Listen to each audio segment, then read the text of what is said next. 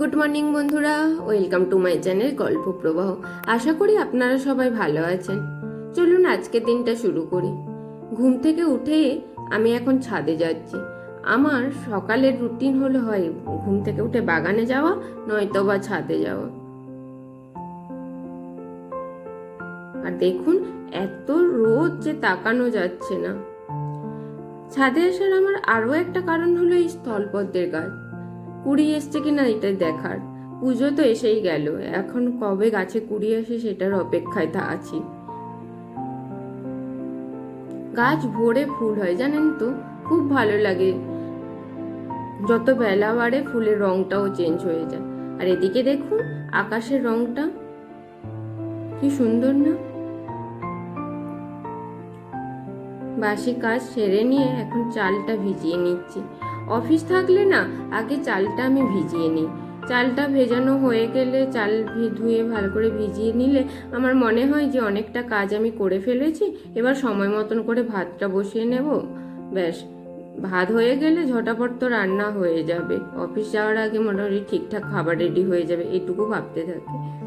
তো আপনাদেরও কি কারোর আমার মতন মনে হয়? যদি মনে হয় অবশ্যই আমাকে কমেন্ট করে জানাবেন।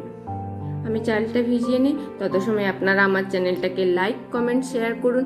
আর যারা এখনো সাবস্ক্রাইব করেননি প্লিজ সাবস্ক্রাইব করুন। আর যারা আজকে প্রথমবারের মতন আমার চ্যানেলটা দেখছেন প্লিজ সাবস্ক্রাইব করুন আর আমার সঙ্গে থাকুন।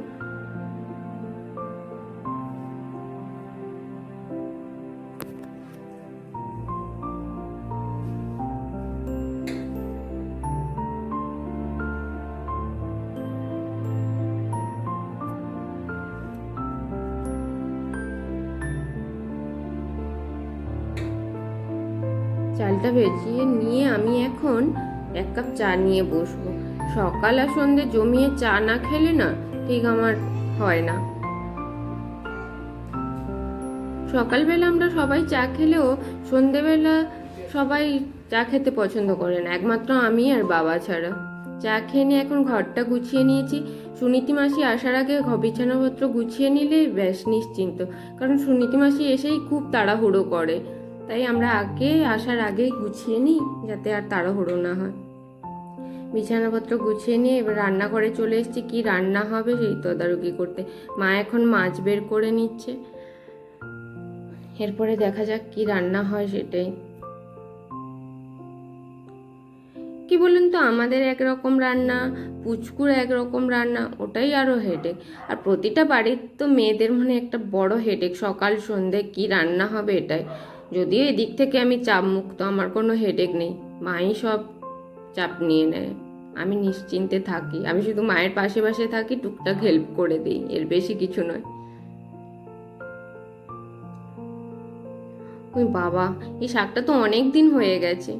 জানেন তো, এই শাকটা অনেক দিন হলো নিয়ে এসছে, নোটে শাকটা, কিন্তু বেছেও রেখেছি, রান্না করতে ভুলে গেছি।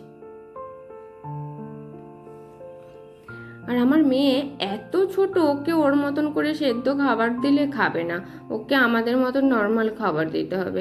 মা তাই ভেবেছে আজকে ওকে সব রকম সবজি দিয়ে একটু মাছের ঝোল করে দেবে। অবশ্যই লঙ্কা টঙ্কা দেবে না, নর্মাল একদম লঙ্কা ছাড়া।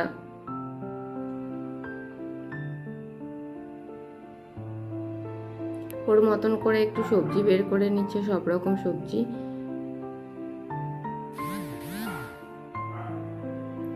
আর এদিকে দেখুন, বাবা অফিস বেরোনোর সময় প্রতিদিন এরকম করে, জানেন, ও ঘুমিয়ে থাকে, ঠিক অফিস বেরোনোর 5-10 মিনিট আগে ও জেগে যায়। কি করে যে বোঝে সেটাও বুঝতে পারি না। দেখুন না মুখটার অবস্থা।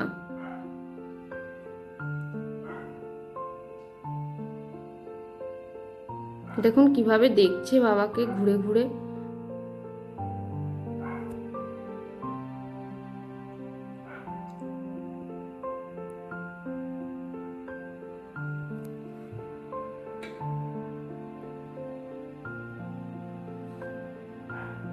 আর সুনীতি মাসিও এসে গেছে।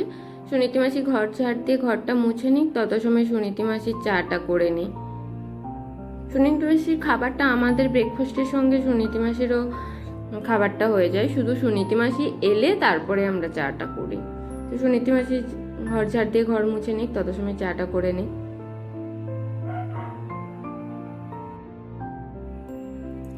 আর এদিকে দেখুন না, এই মিক্সিটা খারাপ হয়ে গেছে। এটা যদিও আমরা বেশিই ব্যবহার করি, কারণ ছোট আর অল্প পরিমাণে জিনিস পেস্ট করতেও খুব সুবিধে হয়। এটা আগেও একবার খারাপ হয়ে গেছিলো, তো তখনও সারিয়ে নিয়েছিলাম, ঠিক হয়ে গেছিলো। আবারও সেম জিনিস, সেম প্রবলেম হয়েছে।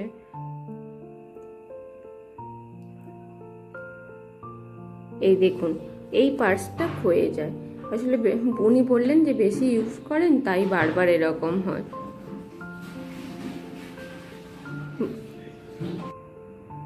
আর দেখুন, চিমনিটাও চলতে চলতে বন্ধ হয়ে যাচ্ছে।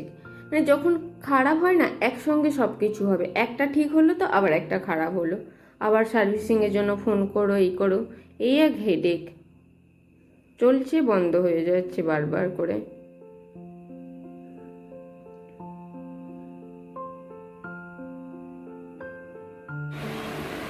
আমি এখন লাঞ্চ করে নেব। লাঞ্চে আছে শাক ভাজা, একটা চচ্চড়ি, ডাল, মাছের ঝোল, দই। লাঞ্চ করে নিয়ে একটা বড় কাজ আছে। এই বড় কাজ হলো এই রায়ের নখ কাটা। নখ কাটবে না, নখ কাটতেও খুব কষ্ট। চেপে ধরে নখ কাটতে হয়। ঠাম্মুকে গান শুনিয়ে গল্প করে কত কিছু না করে নখ কাটে, ওর কিছুতেই নখ কাটবে না।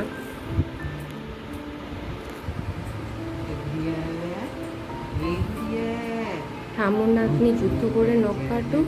আর আপনারা তত সময় আমার চ্যানেলটাকে লাইক, কমেন্ট, শেয়ার করুন আর সাবস্ক্রাইব করুন।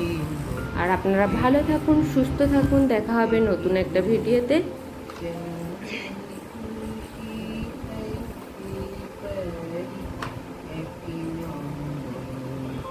Happy New Year.